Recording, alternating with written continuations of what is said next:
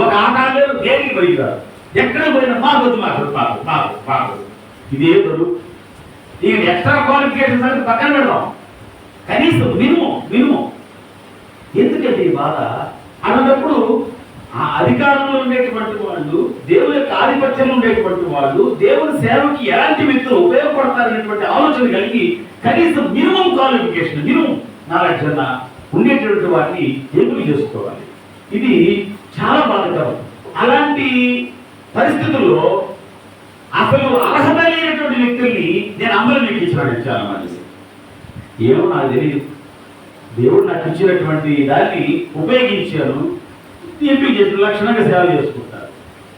నేను ఎందుకు ఈ మాట చేస్తున్నానంటే, దేవుని బిడ్డలారా, తప్పనిసరిగా దేవుని పరిచర్య అనేది ఈ ప్రపంచంలో అత్యంత గొప్పది. దాన్ని చేయడం అనేది ఎంతో ఉన్నతమైనటువంటిది. అది చెయ్యాలి అంటే ఒకవేళ మైక్ ఎత్తుకొని మాట్లాడటము, లేకపోతే పాటలు పాడటము, ఇది మాత్రమే దేవుని సేవ కాదు. చాలా మందికి అది అపోహ. దేవుని ఆలయంలో నిలబడి వాక్యం చెప్పడము, మెయింటైన్ చేయడము, ఈ మాత్రమే కాదు, దేవుని యొక్క సేవ కొరకు చీపురు బట్టి చిమ్మితే కూడా అద్భుతమైన సేవ. అర్థం కాదు అందరికీ.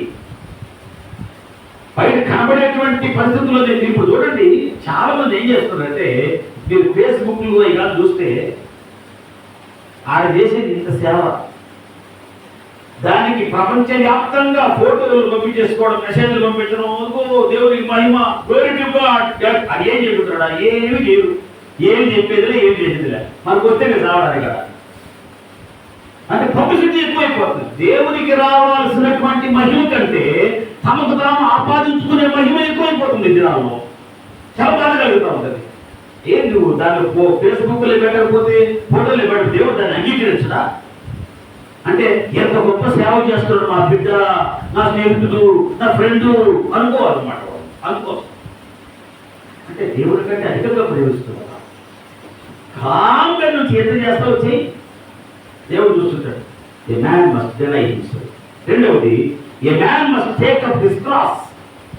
ఏ man must take up his cross. ప్రతివాడు శిష్యుడుగా ఉండగోరువాడు, శిష్యురాలుగా ఉండవలసినటువంటి వ్యక్తి తన సిలువను ఎత్తుకొనవలను. మొట్టమొదట తమను తాము ఉపేక్షించాలి. రెండవది, సిలువను ఎత్తుకోవాలి. అపోస్తలుల కార్యాల గ్రంథం 5వ అధ్యాయం 34వ వచనం నుంచి 42వ వచనాల వరకు ప్రతివాడు తన సిలువను ఎత్తుకోవాలి. తన సిలువను తాను ఎత్తుకొని మోయాలి. పాలస్తీనా దేశంలో ఈ సిలువ శిక్ష వేయబడినటువంటి వారు ఎవరి సిలువను వాళ్ళు ఎత్తుకొని మోయాలి. అందుకే యేసుప్రభు మీద కూడా సిలువ పెట్టారు. ఎవరైనా సరే వాళ్ళకి సిలువ శిక్ష విధించబడితే ఆ ప్రాంతం నుంచి, ఆ అధికారి ఎక్కడైతే ఉన్నాడో ఆ ప్రాంతం నుంచి ఎక్కడ వారిని సిలువ వేస్తారో అక్కడ వరకు ఆ సిలువను మోసుకొని వెళ్ళాలి. ప్రభు అయినటువంటి యేసుక్రీస్తు తన కోసం చేయబడిన సిలువ కాదది. తనకంటే ముందుగా చెరసాల్లో బంధించబడినటువంటి బరబ్బా కొరకు చేయబడిన సిలువ. సిలువ ఎలా చేస్తారంటే, వారి ఎత్తు పొడుగులు బట్టి చేస్తారు, రావును బట్టి, బరువును బట్టి చేస్తారు. ప్రభు 6 అడుగుల వ్యక్తి, ఆయన 7 అడుగుల వ్యక్తి, ఆజానుబాహుడు. అందులో యుద్ధాలు చేసేవాడు, లూటీ చేసేవాడు. బలవంతులు కాకపోతే చేయలేడు కదా. అందువలన ఆయనకి ఎప్పుడో సిలువ శిక్ష విధిస్తారు, ఆయన కోసం సిలువ చేసి పెట్టినారు రెడీగా. సో ఇప్పుడు అకస్మాత్తుగా ఆ స్థానంలో ప్రభు వచ్చాడు. ఇప్పుడు రెడీమేడ్గా సిలువ లేదు, బరబ్బా కోసం చేసినటువంటి సిలువ ఉంది. దాన్ని పెట్టారు ఆయన దగ్గర. దాన్ని మోసుకొని మొయ్యలేక భారభరితమైనటువంటి సిలువ. అది లోకం యొక్క పాపానికి సంకేతముగా ఆ సిలువ ఉంది. సో ఎవరైనా సరే ఆయన వెళ్ళినటువంటి మార్గాన్ని వయా డొలరోసా అంటారు దాన్ని. ఆ గుంటలు మెట్టలు ఎప్పటికీ అలాగే ఉంటాయి. నాకు మరి రాత్రికి రాబోయే ప్రసంగి కూడా అన్నాడు, శరత్ గారు, నేను ఉదయం, సార్ రోముకు పోవాలంటే, రోమ్ చూడాలన్నది శరత్ అన్న. సార్ మీరు రండి సార్, మనం పోదాం రండి సార్. నేను రోముకు పోయించినాను, యేసు ప్రభు కాళ్ళు కొట్టినటువంటి, చేతులు కొట్టినటువంటి మేకులు తాగాను సార్ నేను అన్నాడు. ఎంత ధన్యం సార్, అంతకంటే ఇంకా కావాలి సార్ నాకేమన్నా అన్నాడు. ఆ మాట చెప్తా ఉంటే మనసు ఊపిరి దొరుకుతా ఉంది. ప్రభువు నడిచినటువంటి మార్గంలో నేను నడిచిన సంతోషం, ఎక్కడైనా సంతోషం. అది వయాడోలో వస్తాన్నారు ఆ మార్గాన్ని. ఒక ఆమె జారి దొబ్బుడు పడింది, పెద్ద బస్త పడ్డట్టు పడిపోయింది. వర్షం, భయంకరమైన వర్షం. ఆ మెట్ల మీద జారిపోతా ఉండాలి, షూ వేసుకోవాలి. ఎక్కడ కొంటా ఎక్కడ దొరుకుతా అనేది అర్థం కాదు. అది కోటలోనే అది నడిచిపోతా ఉంటే ఆ వర్షానికి అందరూ గొడుగులు ఉన్నాం. 1000 రూపాయలు గొడుగు ఒకటి.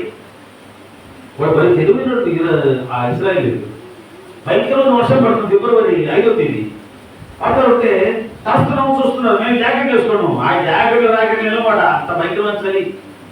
మేము పోయాము, ఒక దగ్గర పోయాము. దావీదు సమాధులు చూస్తూ తిరిగి వచ్చినప్పటికి వెంటనే ఎప్పుడు అడిగినాడు. ఎంత అంటే $10 ఉంటున్నాడు.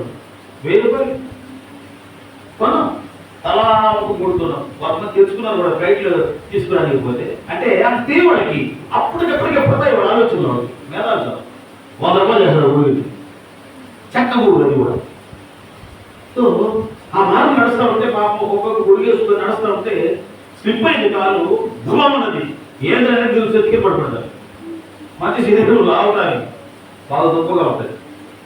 అందరూ పోయి ఆవిడెత్తి బాగుడు మా ఈ మాదిరిగా ప్రభు నడుస్తుంటే ఆయన ఇద్దరు కూడా నడుస్తుంటాడా, ఆయన నడిచే జరిగింది ఇది జాగ్రత్త అని. సో ఇక్కడ ఏంటంటే ఆ నేరస్తులను ప్రాణాలతో ఆ నిలువు పొయ్యి మీద పెట్టి అతనికి ఒక పొయ్యి కట్టి దానికి చేతులు తాళతో కానీ చేతులతో కానీ కట్టేస్తారు, బంధిస్తారు. ప్రాణం పోయేంత వరకు దాని మీద అలాగే ఉంచుతారు. ఒక్కొక్కసారి కొన్ని రోజులు అలాగే వ్యక్తి ఉంటాడు. యేసు ప్రభువుకున్న స్పెషాలిటీ ఏంటంటే ఇది ఎక్స్ట్రాగా దెబ్బలు పడ్డాయి, కొరడా దెబ్బలు పడ్డాయి. ఎన్ని 39, 40 కొట్టకూడదు కాకపోతే 40 అంటే ఎవరికైనా ధర్మశాస్త్రం ప్రకారం 40 దెబ్బలు కొరడా దెబ్బలు కొట్టకూడదు. అందుకని ఒక దగ్గరికి 39 కొట్టారు. ఆ పొర ఎట్లుంటుందంటే ఆ తోలు చీరికలుగా చేసి దాని కింద మంచి గాలాలు, చిన్న చిన్న రవ్వు గాలాలు పెట్టుకుంటారు, గుండ్లు. ఒక్కసారి చెళ్ళు ఉంటే శరీరం చీల్చేస్తుంది. అంతే బ్లడ్ పడిస్తారు. 39 దెబ్బలు పడితే శరీరం ఎలా ఉంటుంది? రక్తశక్తం దేహం అంట. సో అలాగా దెబ్బలు కొట్టకుండా తీసుకుని ఉన్నారు కదా, వాళ్ళతో వారం 10 రోజులు 15 రోజులు ఉంటారు. తిరుమల మీద తిండిలే తిప్పులే అన్నీ అట్లా ఉంటుంది. గోసి ఈయనైతే చచ్చిపోయాడు తొందరగా. అందుకని ఆయన అంతలేక చనిపోయినా అంటాడు హీరో. కారణం ఏంటంటే శరీరంలో రక్తం అంతా కారిపోయింది కదా, అందుకే ఆయన త్వరగా చనిపోయాడు.